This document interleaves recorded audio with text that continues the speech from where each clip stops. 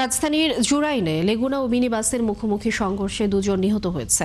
আহত হয়েছে অন্তত ২০ জন। সকালে জুরাইনের হুন্ডিগড় এলাকায় এই দুর্ঘটনা ঘটে।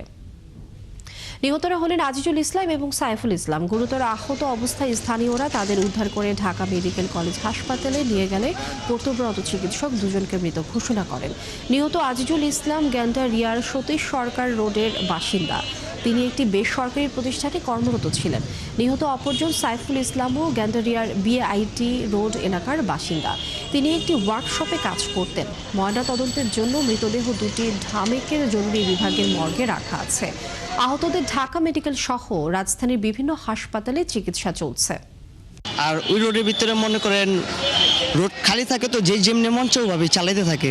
এখন এখান থেকে বাদুশা আসতে আছে আর এখান থেকে লেগুনা আসতে আছে। ওই বাদুশা লেগুনের উপর দিয়ে উঠা দিয়েছে, উঠা লেগুনা যে লেগুনা আছে লেগুনা পুরো বসকায় ফেলছে।